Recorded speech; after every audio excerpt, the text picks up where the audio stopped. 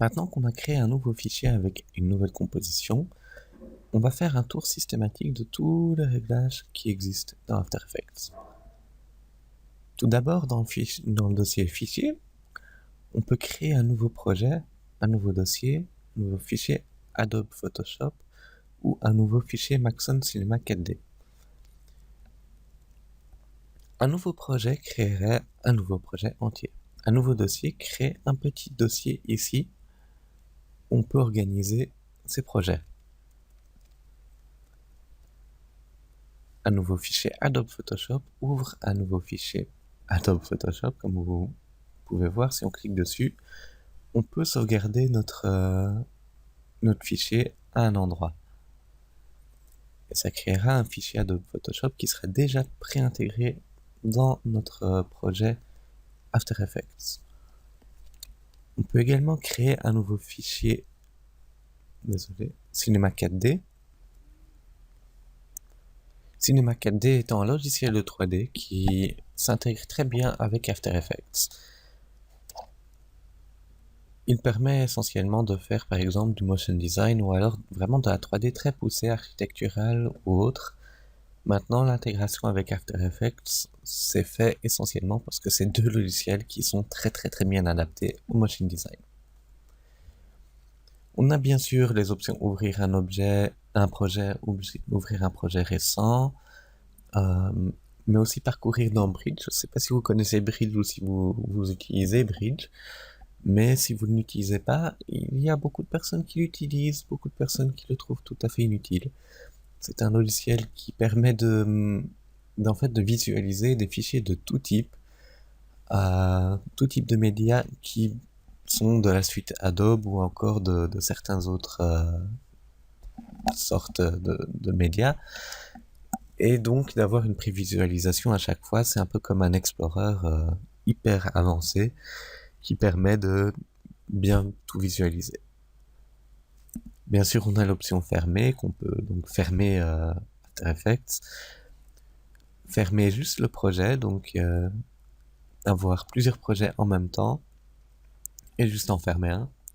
On peut enregistrer sous, et incrémenter et enregistrer. C'est une option très utile, CTRL ALT majuscule S, et ça permet de par exemple sauver si par exemple vous voulez garder une ancienne version d'un fichier pour pouvoir dire faire marche arrière si jamais un client n'est pas très content avec ce que vous avez fait mais qui était très content un peu plus tôt, vous pouvez incrémenter. Et en fait, ça fera juste par exemple, si votre fichier s'appelle design de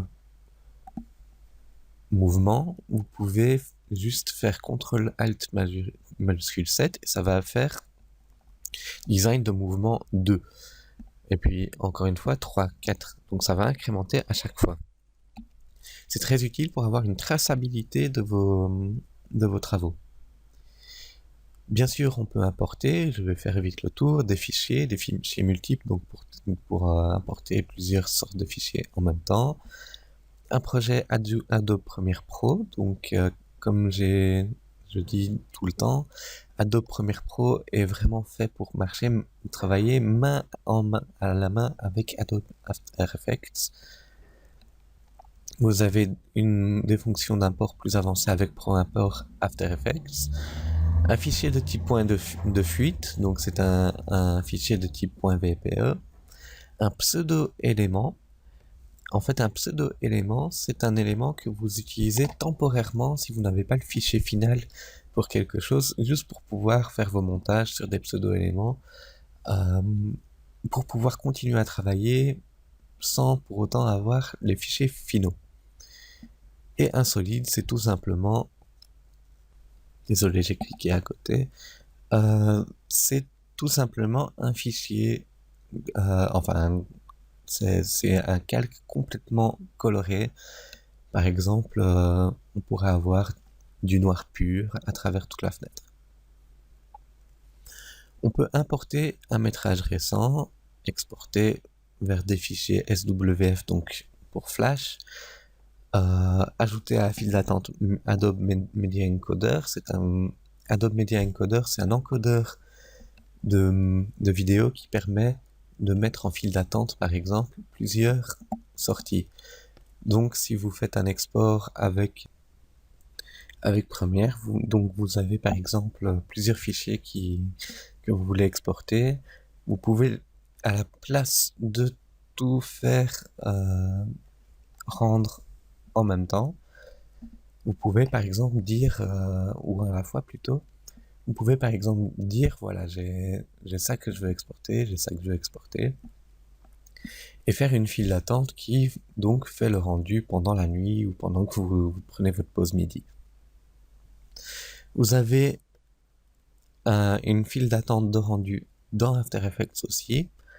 Ça permet de faire quelque chose de similaire à Media Encoder, mais c'est quand même un tout petit peu moins précis, un tout petit peu moins... il y a un petit peu moins de réglages, un petit peu moins de possibilités. On peut exporter vers Maxon Cinema 4D, tout comme on pouvait créer un fichier Maxon Cinema 4D, c'est bien intégré, c'est fait exprès. Et vous pouvez faire un export vers un projet Adobe Premiere Pro. Donc si vous voulez retravailler votre montage, vous pouvez l'exporter comme un fichier dans ce format-là pour Adobe Premiere Pro. Il y a moyen d'avoir un lien dynamique avec par exemple une séquence Premiere Pro, ce qui permet de mettre à jour entre les deux fichiers, donc entre After Effects et un fichier Premiere Pro, avoir un lien qui va changer systématiquement quand vous faites un changement dans un, ça fait un changement dans l'autre. Vous pouvez rechercher, ajouter un métrage à la composition, donc ça va rajouter on va dire vos petits films, ce que vous voulez utiliser à la composition. Vous pouvez créer une nouvelle composition à partir de la sélection, revoir les dépendances. Donc ça peut être très utile par moment. Si vous avez des fichiers qui sont par-ci par-là dans votre ordinateur, vous pouvez tout rassembler dans un dossier sur votre ordinateur pour pouvoir les rassembler et les retrouver plus vite. Vous pouvez aussi consolider tout le métrage, donc si vous avez certaines parties qui sont un peu perdues, vous pouvez les retrouver.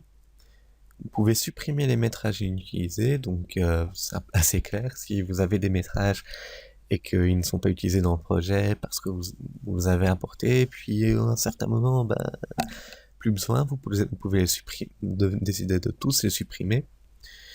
Vous pouvez réduire le projet pour qu'il prenne un peu moins d'espace et qu'il soit un tout petit peu plus léger dans la RAM. Et vous pouvez rechercher les effets, les polices et les métrages manquants si après vous les effacez ou si vous les retrouvez plus.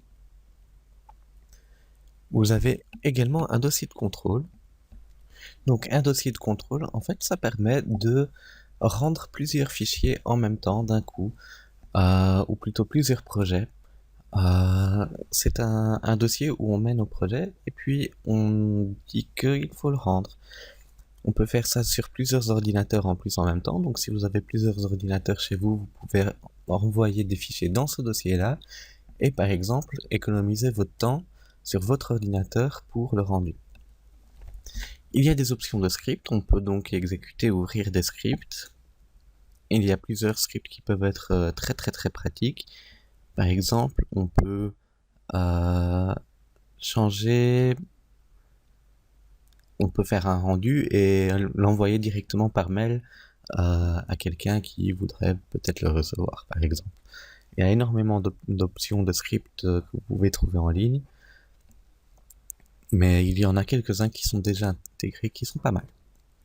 On peut créer une doublure, et donc une doublure, c'est une version d'un fichier qui est quand même beaucoup plus léger. Donc par exemple, si vous faites un projet où vous faites un montage en 4K, donc une résolution énorme, ou même plus, vous pouvez créer une doublure qui sera de plus basse résolution. Donc par exemple, vous pouvez le créer en 2K ou même encore moins. Ceci permet d'avoir vraiment quelque chose de très léger dans After Effects et donc de travailler sur des fichiers énormes tout en ayant une version qui est plus léger et qui sera la grande version correcte au rendu. On pourrait également imaginer ce genre de situation si vous avez des fichiers de type RAW. Donc ça, c'est des fichiers qui ont tendance à être beaucoup plus lourds parce qu'elles tiennent énormément d'informations dans chaque image. Et donc, vous pouvez travailler sur des fichiers RAW, faire votre petit montage pour pouvoir travailler de manière plus légère. Donc, on peut créer et configurer une doublure, interpréter et remplacer, recharger le métrage, faire apparaître dans l'explorateur de Windows ou de macOS si vous souhaitez, le faire apparaître dans Bridge si vous utilisez Bridge. On peut regarder encore les paramètres du projet ou quitter complètement After Effects avec CTRL-Q. Si vous revoyez les paramètres du projet, par exemple, vous avez la première page que vous avez vue en créant votre projet.